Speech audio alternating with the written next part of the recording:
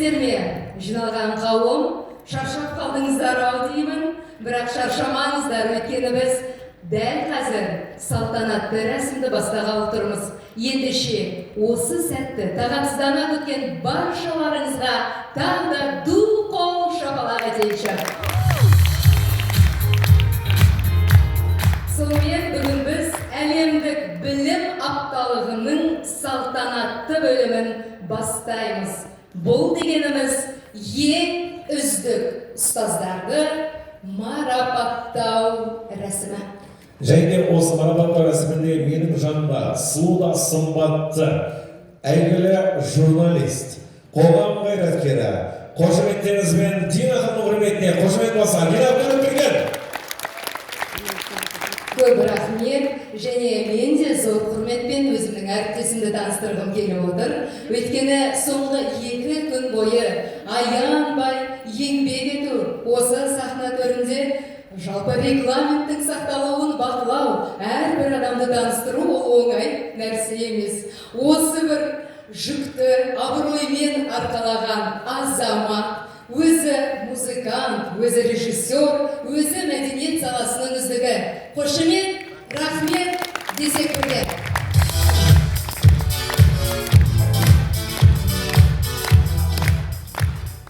Адамдардың өмірін білім арқылы өзгерту. Бұл Global Teacher Prize жаһандық сыйлығын өткізетін Варке қорының басты ұраны болып табылады. Қазақстан мұғалімі ұлттық сыйлығы әлем мұғалімі жаһандық сыйлығының бір бөлігі. Оның басты мақсаты әлем азаматын тәрбиелеуде ерекше жетістіктерге жеткен мұғалімдерді анықтау һәм ұлықтау.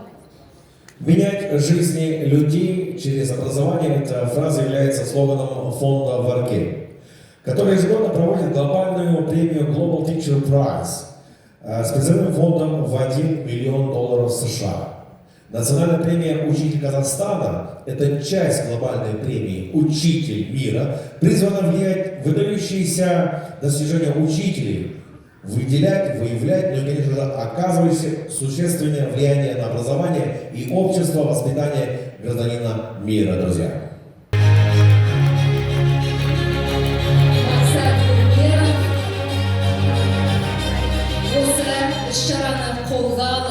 Елімізде білімді ұлықтау керек. Ұстаздарымызды, үздіктерді марапаттау керек. Оларды жаһандық адам ету керек деген бастаманы қолға алған азамат. Дұғол қошемет танытайық. Менің ойымша, оның жасап жатқан іс-әрекеті үлкен құрметке лайық. Бұл тарихи адам расында. Сегодня начали с 9 утра, сейчас уже 7 вечера. У нас начинается премия «Национальный учитель Казахстана». Мы к ней долго готовились. Мы начали с апреля месяца, уже объявили этот конкурс.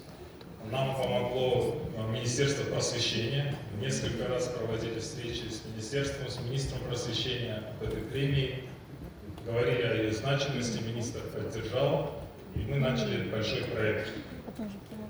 Направлены были приглашения к участию в этой премии всем учителям в Казахстане, во все регионы.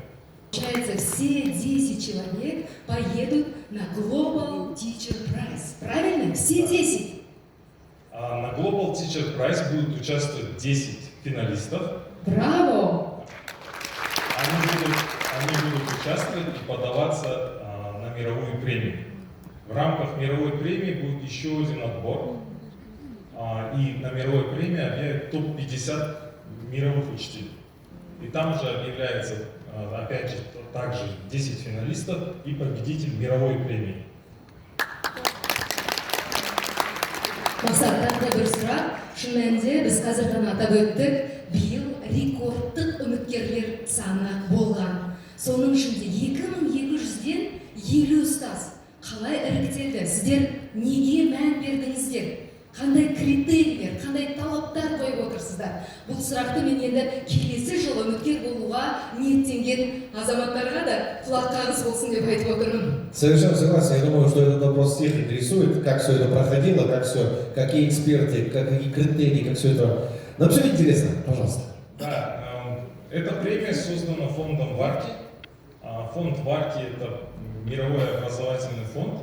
И было сделано с целью того, чтобы большая миссия – это показать значимость учителя, значимость профессии для всего мира. Поэтому выбраны мировые амбассадоры. И наша премия, и также и в других странах, она проходит по критериям глобальной премии.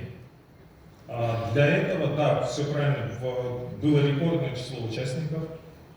Такого никогда не было, то есть на любые другие премии не было такого большого числа участников. Мы благодарим наших партнеров, из-за которых это произошло, кстати. Это благодаря партнерам, благодаря Freedom Bank, который поддержал премию, благодаря... Давайте похлопаем. Рахмет, да, я желаю всем участникам всего самого наилучшего. Всем победы! Так. Всем желаю, все и так уже победители.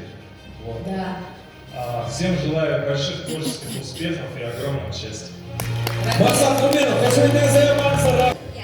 Алдай қазір мен сахна төріне Қазақстан мұғалімі ұлттық сыйлығының қазылар алқасының құрметті мүшесі, Қазақстанның мемлекеттік қайраткері, қоғам қайраткері, еңбек сіңірген ұстазы Күләш Ноғатбайқызын шақырғым келіп тұр. Зор құрметпен. Қайырлы кеш, құрметті жиналған қауым. Әрине бүгін Қазақстанның ұстазы ұлттық сыйлығы өзінің мәресіне жетіп жатыр. Әркім осы сыйлықтың елімізге келгеніне, әрі қарата дамуына өз үлесін қосқысы келеді. Әрине мен бұл конкурсқа қатыса алмаймын, бірақ осы конкурс жұмыс істеу үшін жюри болғанда өмірін ақтан адам емеспін. Осы жасыма дейін қатысып көрмеппін. Бірінші рет жюридің құрамына қарап шықтым. Неге? Себебі осы конкурстың Қазақстанда нығыз өз аяғынан тік тұруына өз үлесімді қосқым келді. Себебі бұл сыйлықтың еліміздің білім саласын дамытуына қосатын үлесі үлкен. Ең бірінші, бұл ұстаздардың статусын көтереді. Екіншіден, бұл білім саласының дамуына әр ұстаздың өзінің қаншалықты үлес қосқанын білгісі келетін болса, қатысуына мүмкіндік береді. Үшінші, жаңа осы сахнада айтылды, ең бірінші мақсат, ең бірінші міндет, ең бірінші дүние жалпы Қазақстанның білім жүйесінің дамуына, жалпы дүниежүзінің білім жүйесінің дамуына үлкен үлес қосу болып табылады. Сондықтан да менің айтқым келіп тұрғаны, кез келген ұстаз қатыса алады. Әрине, жюри болу оңай емес. 50 адамның еңбегін қарап шықтық, барлығын қарап шықтық. Ішінде керемет ұстаздар бар. Бүгін әрине жеңімпаздардың аттары аталатын болады.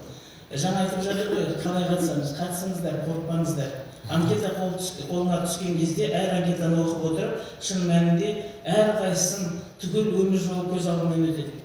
Әр ұстаз бұл жарысқа қатысу үшін, үлкен елдің алдына шығу үшін үлкен жүрекпен келеді. Сондықтан да бұл жұмыстарды үлкен жүрекпен қарау керек. Сондықтан да сеніңіздер, келіңіздер. Енді мен осы сахнаны пайдаланып айтқым келетін бір нәрсе бар. Ұстаздың бұл мамандыққа сыймайтын дүние. Ұстаздық бұл мамандықтың шеңберінен шығып кететін мамандық. Сондықтан да осы жерде үш нәрсе айтқым келеді. Ең бірінші, ұстаздар бұл ең жауапкершілігі үлкен мамандық. Ол баланың алдындағы жауапкершілік, ол ата-ананың алдындағы жауапкершілік, ол халықтың алдындағы, қоғамның алдындағы жауапкершілік. Және ортамызда сахна төрінде қазақ ұлттық музыкасын, қазақ ұлттық дәстүрін, салтын, өзге ұлттар келіп жатыр. Бұл деген халықаралық жоба. Сондықтан да ортамызда осындай халықаралық жобада сахна төрінде ұлттық дәстүрді, ұлттық музыканы, ұлттық киімді, ұлттық өнерді насихаттап жүрген елордамыздың дарынды жастары бар. Дұрыс айтасың. Тағы да қайталаймын, қымбатты жиналған қауым. Сәл сабырлықтан тыңыздар. Бірер сәттен кейін марапаттау рәсімі басталады.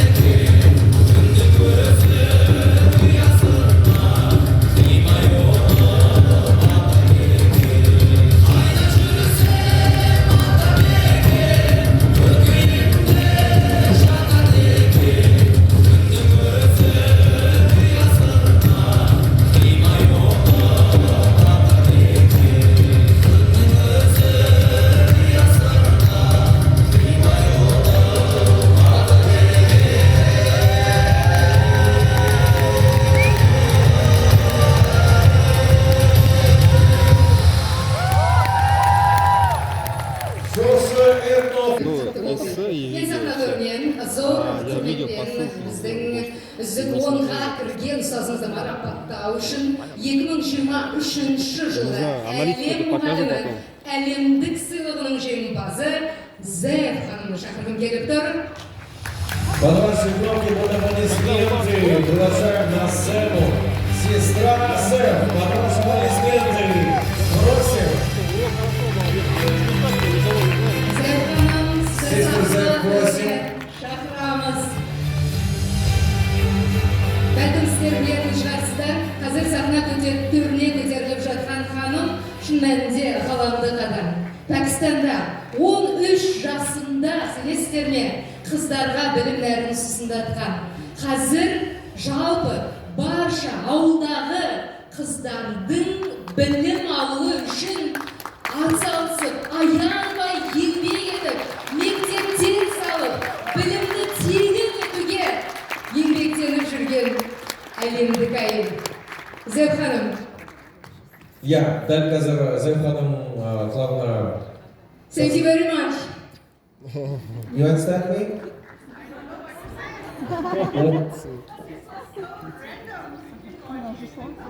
Okay, now we are starting ceremony award ceremony, and then now we are waiting our Қазақша айта берсе.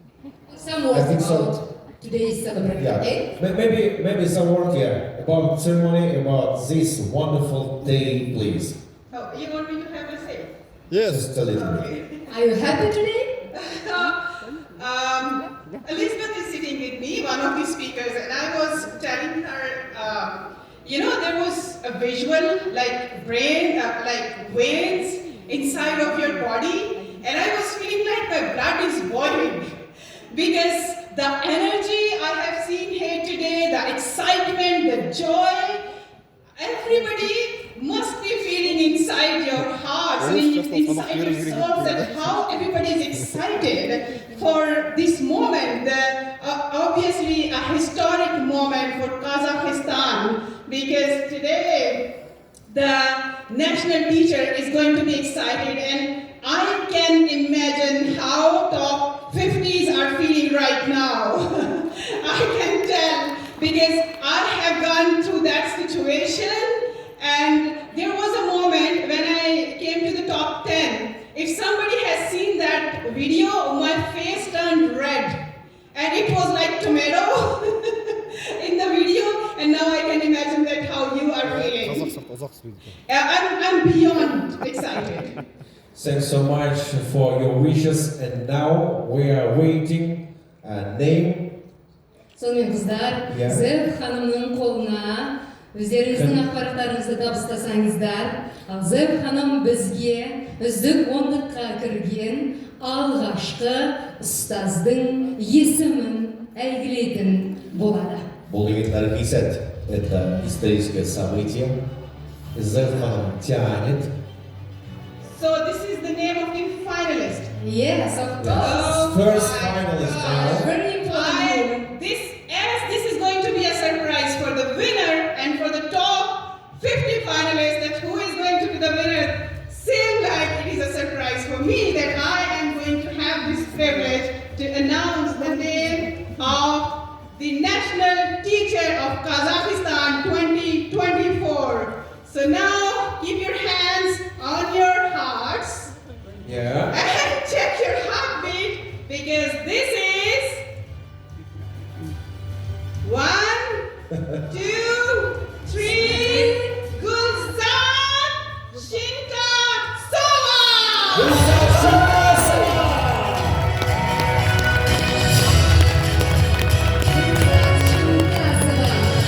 Қызылорда қаласындағы химия, биология бағыттағы Дайте поддержку. қазақ тілі әдебиеті пәнінің мұғалімі. Учитель казахского языка и литературы химико-биологического направления Назарбаевской интеллектуальной школы в городе Кызылорда. Гульзат Шумбасова, Шумайкер Тайна.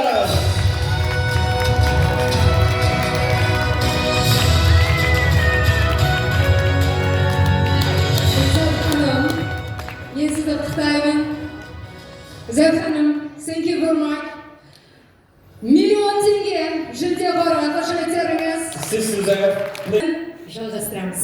Шынымен Күләш Номадаев бағана әдемі айтып кетті ғой, ұстаздың мамандығы бұл шеңберден симай, шеңберден шығып кететін мамандықтар шынымен өте маңызды мамандықтардың бірі.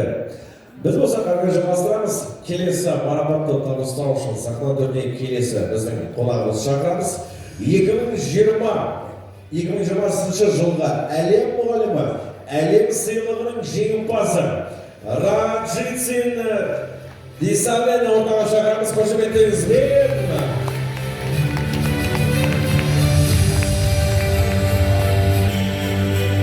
Раджицин Дисален, you're welcome. Дисален Мырза, welcome to Kazakhstan. And some words about this moment. Yeah, I'm just pretending just like I know everything that they're talking. But I don't know, but I'm so happy to be here.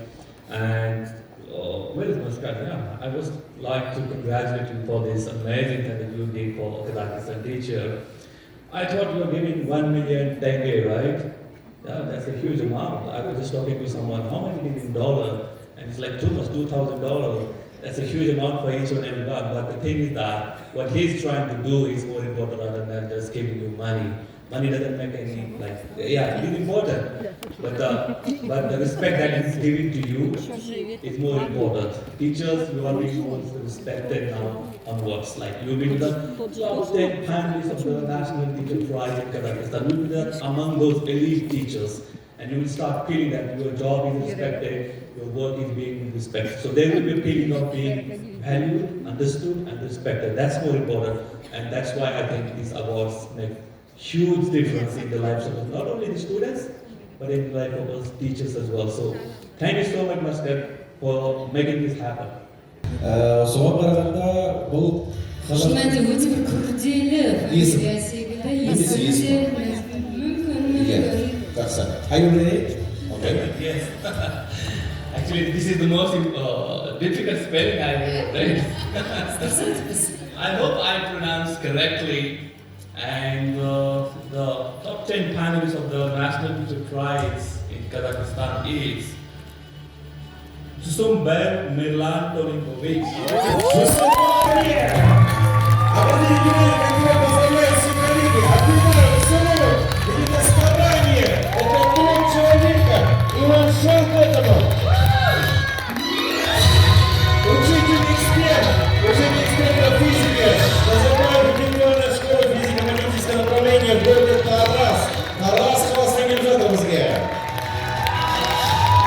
Айтқыңыз келіп жатыр. Кеше мен Ерланды осы бір дәлізде көріп қайған болатынмын. Және де ол маған, Зина ханым, анама сәлем айтсам болады ма? Сізбен бірге бір видеоға селфи түсейікші деп айтқан еді. Сондықтан да қазір телефоныңыз бар ма? Шығарыңыз. Біз дәл осы сәтте анасына хабарлап сүйінші сұраймыз. Давайте, өйткені әрбір ана өзінің ұлы үшін әрдайым тақымын қысып отырады. Менің ойымша әрбір ананың осындай бір жеңіс туралы ең бірінші болып білуге құқы бар. Келісесіздер ме? Мирлан, надеюсь, у вас там не 1% остался зарядкой? А то мало ли. Анасы телефонымызды алады екен. Так. А что, на видео может быть сразу, нет?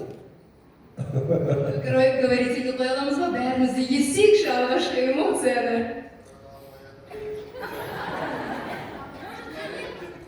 Все-таки 1%, кажется. Есімі кім? Альбина. Төменде. Альбина ханым, сәлематсыз ба? Көрсетсеңізші. Сіздің ұлыңыз ең үздік 10 ұстаз қатарына кірді.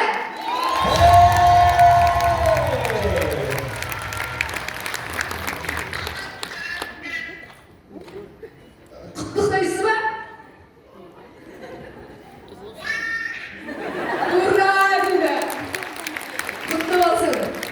Ендеше анаңызбен тағы да сөйлесу мүмкіндігі бар. Сіз сахна төрінде қаласыз. Жеңімпазға қошеметтеріміз. Сейчас для объявления следующего финалиста мы приглашаем на сцену учителя математики, победителя национальной премии «Учитель Казахстана 2019», обладателя денежного призового фонда приза Фонда развития и звания амбассадор глобальной премии в Казахстане награжден званием Ель Мақтанышы Фонда первого президента Республики Казахстан за подготовку победителей международных олимпиад. Включен в книгу рекорда Гиннесса. Встречайте под ваши аплодисменты Муамер Гуль.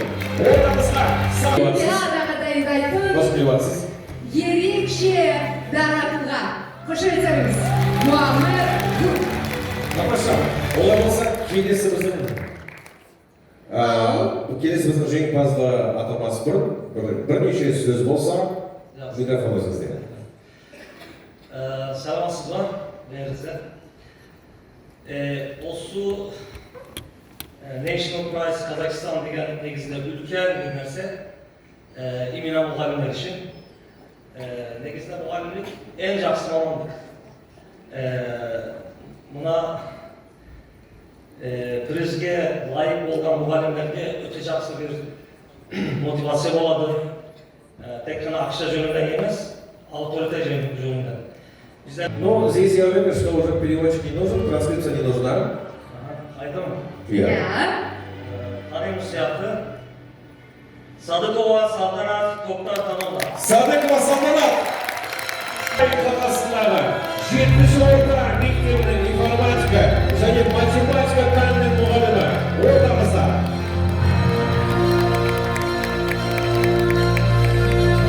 Шығыс Қазақстан облысы Алтай қаласындағы нөмір 7 орта мектептің информатика және математика пәнінің мұғалімі Салтанат Садыкова. Қошеметтеріңіз. Nobel First Teacher Prize марапатының бірегей қолдаушылары, сондықтан да білімге назар аударғандарыңызға, білімді ұлықтау керек екендігін түсінгендеріңізге көп рахмет. Ардақ Нұржанова, бір-екі сөзі болса, жалпы қатысушылардың құрметіне. Қайырлы кеш, құрметті қауым және бүгінгі іс-шараға қатысушылар. Мен үшін осындай іс-шарада бүгін сіздермен бірге болу және де ұлағатты ұстаздарды марапаттау үлкен мәртебе. Шын мәнінде ұстаз мамандығы ол мүлде мамандық емес деп айтуға болады. Бұл адами қасиет, жаңағы адамға сіңген адами қасиеті.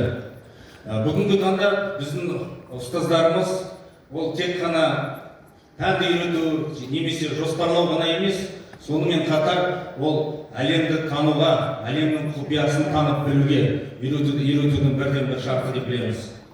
Бүгінгі таңда біз өзіміз Freedom Bank атынан осындай іс-шараға қатысуға өте қуаныштымыз. Баршаңызға үлкен рахмет. Кім екен? Оның есімі? Оның есімі 100-ден жүйрік шыққан Дәулешияр Бақытәлі. Жамбыл ауданы Қарынтаулы ауылындағы Әсет Бейсеев атындағы орта мектептің физика пәнінің мұғалімі. Учитель физики средней школы имени Асета Байсюрова в селе Қарғалы Жамбылского района Алматинской области. Бақтәлі мырза, микрофон алдында өзіңіздің әсерлеріңізбен бөліссеңіз, жалпы ұстаздық еткеніңізге қанша жыл болды? Басқа ұстаздарға не тілейсіз? Армысыздар әріптестер, армысыздар ұйымдастырушылар, сіздерге көп рахмет. Осындай ұстаздардың еңбектерін бағалап жатырсыздар. Бұл Қазақстанға қосылған үлкен үлестердің бірі деп білемін. Ең алғаш өзімнің ата-анама, осындай дәрежеге жеткізген ата-анама үлкен алғысымды білдіремін. Сонымен қатар мені қолдаған әріптестердің баршаларына үлкен алғысымды бас иіп алғысымды білдіремін. Для озвучения следующего победителя на сцену приглашается проректор по стратегии и интернационализации КЗНПО имени Абая Искаку Айгуль Улетаевна. Под ваши аплодисменты просим.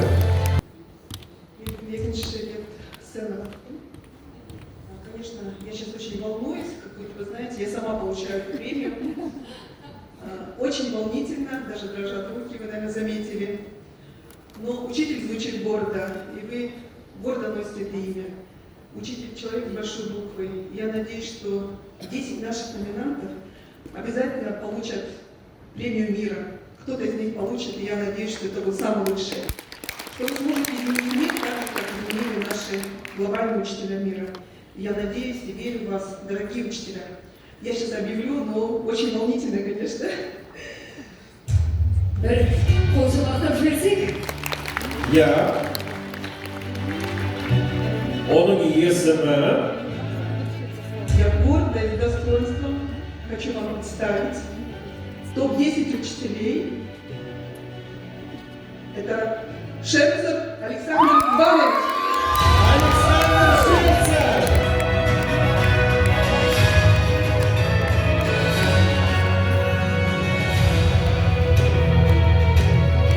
Қостанай қаласының барша ұстаздарын Александрдың атынан құттықтаймыз. Бұл бүкіл қостанайлық ұстаздардың жеңісі деп білемін. Смотрим, улыбаемся, вот на память. Ну и, Александра, мы от всей души рады за вас, да. Ну и, конечно же, хочется, да, предоставить вам микрофон. Заметили, Алихан Серков Рахмет, он уже раз, теперь хочется поговорить с Александром. Обратили внимание на группу поддержки, которая прямо с места кричали. Это уже... Александр, как вы думаете, все ученики за вас болели? Все ученики наверняка проголосовали, а их у вас наверняка очень много. Весь район, вся улица, вся школа. Да, хочу сказать огромное спасибо, во-первых, своей маме за то, что родила такого умного сына. А вот как? Во-вторых, своей жене Лене, что она всегда... Извините. Давайте поддержим. Хорошо. Действительно, волнительно. За то, что она всегда со мной рядом, во всех моих мероприятиях, во всех моих начинаниях. Она здесь рядом, пожалуйста, встань.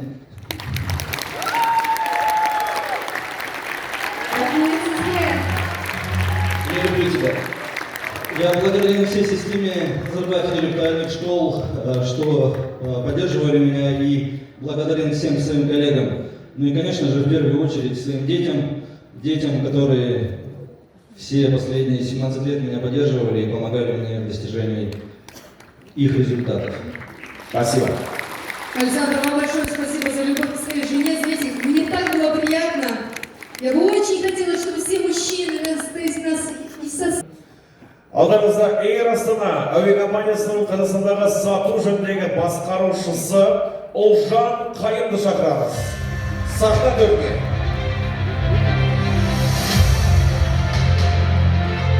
Ұлжан Қайым, қош келіпсіз. Және де сізге бірге осындай жауапты сәт беріліп жатыр. Эйр Астана компаниясы біздің іс-шарамыздың ресми әуе тасымалдаушысы. Сонымен қатар, менің білуімше, ең үздік болған ұстазға, сіздердің беретін тағы да бір сыйлықтарыңыз бар ғой, сонда атап өтесіз бе қазір? Добрый вечер, дорогие гости, дорогие друзья, дорогие наши учители.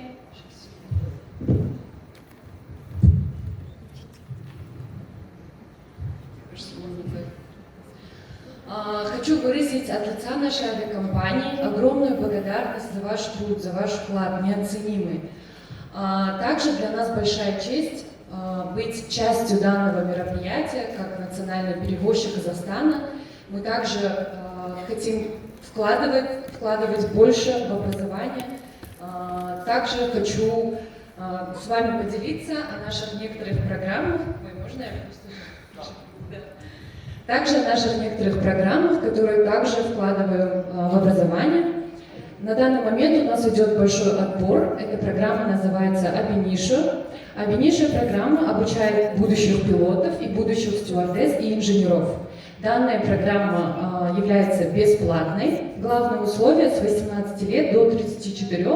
Также из главных критерий гражданин Казахстана должен быть с хорошим знанием английского языка и также огромные знания в сфере физики и математики. Как я заметила, сейчас наши победители-учители в основном как раз-таки вот физика, математика. Вот, одним из самых таких важных критерий обучение проводится полностью за счет компании. Обучение будет длиться год в Европе. Далее уже гражданин Казахстана уже идет работать к нам в компанию. И просто шикарная профессия для всех. Я считаю, если в этом зале есть люди, есть родители, у кого есть дети с 18 до 34 лет, можете подать заявку у нас на сайте. Мы будем ждать. Рахмет. Сонымен егер ұшқыш стюардесса, стюард болғаныңыз келсе, онда Аэростанның осы оқу бағдарламасын пайдаланыңыздар міндетті түрде. Ал біз болса қазір жеңімпазды білгіміз келіп тұр. И, кстати, да, и по нашему вопросу, да, мы хотим подарить финалисту 2 билета на любое международное наше направление, чтобы победитель смог выбрать любое направление на двоих. Бизнес-классы. Сіздер үшін қазір мен... И нам тоже. И тебе, и мне. Да, на самом деле было эконом-классом, но да. Вы попросила. Я думаю, Питер Мурза ренжит. Да, тогда будет 2 билета по любому международному направлению в бизнес-классе или раскале. Браво! Керек болсаң, кем болмайсың. Рахмет сізге, ендеше жеңімпаздың есімін бірге білейік. Ой, на самом деле это такая большая ответственность. Я сейчас стою, прям сама очень сильно переживаю. На эту сцену с гордостью хочу пригласить жены Самагельды Кызы.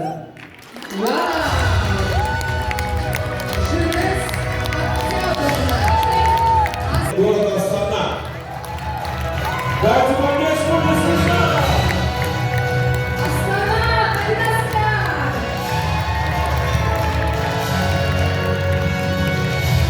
Жеңіс қанған статуэтка, гүл шоқтары және 1 миллион теңге қорындағы жүлде тапсырылады.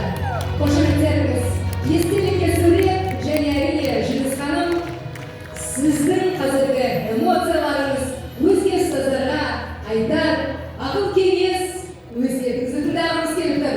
Ендеше микрофонға жақындасаңыз. Жеңіс ханым, құтты болсын жеңісіңіз. Құттықтаймыз шын-жүректен бір қысқаша ғана өзіңіздің бір ойыңыз болса. Кеш жарық, құрметті халқым менің.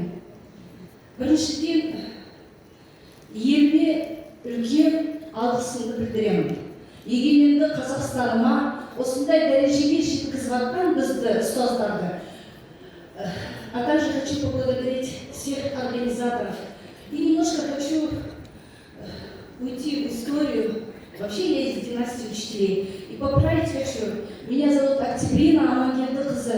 Мой папа тоже учитель, мои родители. Династия наша составляет более 200 лет. Жалғастырамыз.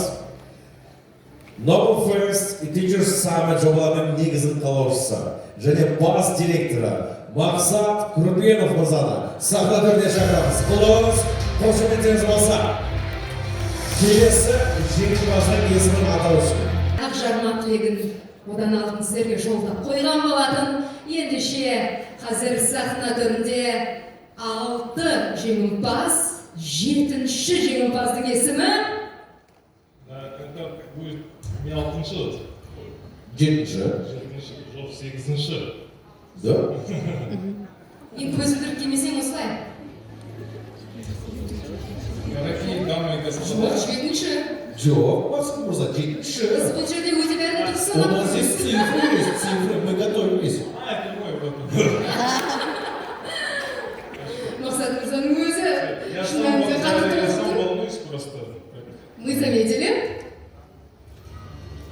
Так, в топ-10 финалистов национальной премии «Учитель Казахстана» входит Дарья Чижевская. Дарья Чижевская!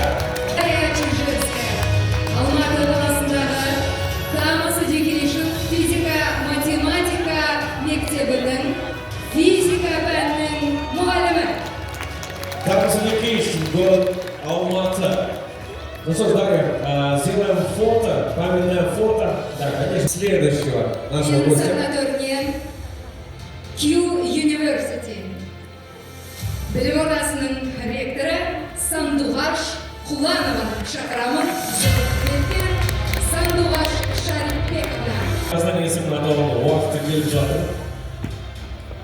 Және де ортамызда. бастап тіле берейін. Иә. Кеш жарық, құрметті елорда қонақтары, құрметті ұлағатты ұстаздар, ата-аналар, бүгінгі кешке келіп көріп отырған барлық азамат-азаматшаларға қош көрдік дейміз.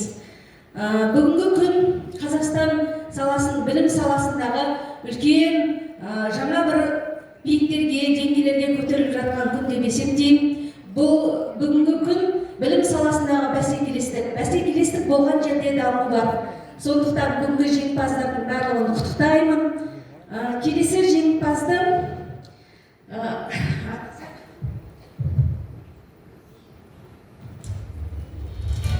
Келесі жеңімпаздың есімі Біздің техниктер секундта жүреді. қағаздар да ұшып жатыр, өйткені шын мәнінде толғаныс өте басым. ұстаз болғаннан кейін мына ұлағатты ұстаздардың мен де қуанып Керемет. Өте керемет. Келесі ұстаз сонымен Тобылбаев Еркін Тимиржанович.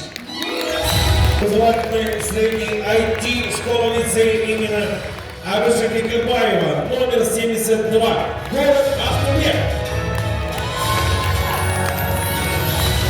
Еркін Тобылбаев, Ақтөбе қаласындағы Әбіш Кекілбаев атындағы нөмірі 72-ші жалпы білім беретін IT мектеп-лицейінің тарих пәнінің мұғалімі. Тарихи сәтте не демекшісіз біздерге? Еркін мырза, сіз тарихи сәтте тарихтың пәнінің бірінші адамы созып тұрған. Тавтология. Әрине, ұстаздық жолында, 18 жылдық ұстаздың жолында, мен осы сәтте атын естіген кезде бүкіл 18 жылдық еңбегім көз алдымнан бір сәтте өте шықты. 18 жылдық еңбек. 18 жыл. Осы жерде мен өзімнің сабақ берген шәкірттерімнің ата-анамның алғысы Алладан қайтты деп есептеймін. Ұстаздар, еңбекті бағалай біліңіздер. Сіздердің еңбектеріңіз осындай сахна төрінде бағалана береді. Және де осы жерде барлық ұйымдастырушыларға, Әділқазы алқаларына өз атымнан, Ақтөбе облысының атынан алғыс білдіремін. Рахмет. Сіздің жасап жатқаныңыз бұл шын мәнінде тарих. Рахмет сізге. Рахмет сізге мырза. Жеңімпаздар қатарына қосылыңыз. Біз болсақ келесі қонақ шақырамыз ортамызға. Келесі Teacher Summit, National Teacher Prize Қазақстан жобаларының басшысы Мажитов Ермек мырзаны шахна төріне шақырамыз. Мажитов Ермек мырза. Есімін білетін боламыз. Құрметті білім сүйер қауым, құрметті ұстаздар, ең алдымен қысқаша шоу жасайық. Бұл Қазақстан мұғалімі ұлттық сыйлығының 4-ші маусымы. Осы биылға дейін Қазақстан мұғалімдері 2 рет әлемге шықты, үздік 50 қатарында болды. Әлемде 8 Global Teacher Prize үздік мұғалімі шыққан болатын. Енді Қазақстан әлемде территориясы бойынша 9-шы орында тұр. Сондықтан да осы 9-шы әлем мұғалімнің атағы осы 10-дықтың біреуіне берілсін деп айтамын. Уважаемые коллеги, уважаемые друзья, на самом деле большой труд стоит за этим проектом, на самом деле труд большой команды ребят, которые, не видно их на сцене, они работают вне сцены, они работают за сценой. Это команда Nobel Fest, Teacher Summit, это команда National Teacher Prize, это проектные менеджеры, это специалисты, это волонтеры, это те, кто делает нам этот праздник. Жан Мырза, ваша команда, артисты, музыканты, режиссеры. Это на самом деле очень большой труд. Это только общими усилиями мы можем делать такие проекты. И на самом деле 30 судей независимой Академии судей оценивали работу в 2 этапа. В первый этап 20 судей определяли топ-50. Во второй этап, когда прошли топ-50, оценивали топ-10 финалистов, отбирали из топ-50, топ-10 благодаря второму этапу судейства. Вот в числе Кляш Магатаев, Жасбек Абдрахметович, представители министерства. Это те же прошлые финалисты, которые стояли вот на этой сцене, были когда-то в ваших рядах, они знают этот путь и знают, что в этом конкурсе мы смотрим не только на учебные достижения, либо академические, либо достижения учеников, мы смотрим именно вклад педагога в общественно полезные проекты, его вклад вне стенах школы, что он делает вне школы. Вот это самый главный, на что обращает в критериях фонда Варди. Помимо этого, конечно же, партнеры. Без партнеров также мы не можем обходиться. Это вот сегодня призовым партнером данного проекта стали Freedom Bank, стратегическим партнером выступили Абай университет, Белимоленд, БЛМД Ель, медиапартнеры есть, информационные партнеры, призовые партнеры, очень много партнеров, которые поддерживают данный проект. Я надеюсь, с каждым годом их будет больше и больше, потому что мы делаем это во благо учителей. А учителя, ну, в общем, все мы это делаем во благо подрастающего поколения. Наше подрастающее поколение, они не должны забывать прежде, при этом наши традиции, наши обычаи, наш язык, нашу культуру. Когда они представляют будущее, мы же воспитываем все-таки граждан мира, граждан Казахстана, это будущее, мы ответственны за это, поэтому это общее дело. И буквально общими усилиями мы можем добиваться этих успехов. Еще раз я хотел бы поблагодарить наших гостей, которые приехали из дальнего зарубежа, наших спикеров. Once again, many thanks to our distinguished guests, to our speakers, to our global teacher winners. We hope that one day, I believe, teachers from Kazakhstan will get this prize. Thank you very much. Демек, Ермек мырза, мен тағы да бір нәрсені нақтылап өткім келіп тұр. Сонда қараңыз, бүгін бас статуэтканы алған азамат және 9 ұстаз, осы сахна төріне көтерілген жалпы 10 ұстаздың бәрі де Global Teacher Prize байқауына барады деген сөз. 10-ның бәрі, дұрыс мен түсініп отырмын ба? Қазір мен сізге түсіндіріп айтып кетейін. Негізі үздік 10-ды Қазақстанның атынан әлемдік додаға номинант бола алады. Бұл кісілермен енді тағы да бір жаңалығым бар. Көп жұмыс жасаймыз. Жұмыс бүгін ғана енді басталды деп айтсақ болады. Өйткені әлем мұғалімі жобасы осы жылдың аяғына дейін өз өтінімдерін қабылдайды. Сондықтан да біз осы 10-дықпен әрі қарай жұмыс істейміз. Осы 10-дықты әлемге дайындаймыз. Осы 10-дықтың ішінен Құдай қаласа әлемнің төрінде тұратын мұғалімдер болсын деген үміттеміз. Әумин айтқаныңыз келсін. Ендеше келесі жеңімпаздың есімін әйгілейік. Қобалжу басым әрине. Честно говоря, мы не знали, кто в 10. Я утром, когда встречался с топ-50 финалистами, я сказал: коллеги, друзья, учителя, пожалуйста, радуйтесь за тех, кто будет выходить на эту сцену. И потому что все это делается для вас. Вы уже звезды, топ-50 уже звезды. Никогда такого не было, чтобы мы приглашали, поощряли, объявляли топ-50. А вот сегодня, видите, и все ждем. Так, раз, два, три, четыре. Ждем вас. 6, 7, 8. Слов ваших. Байсаков, Нуржан.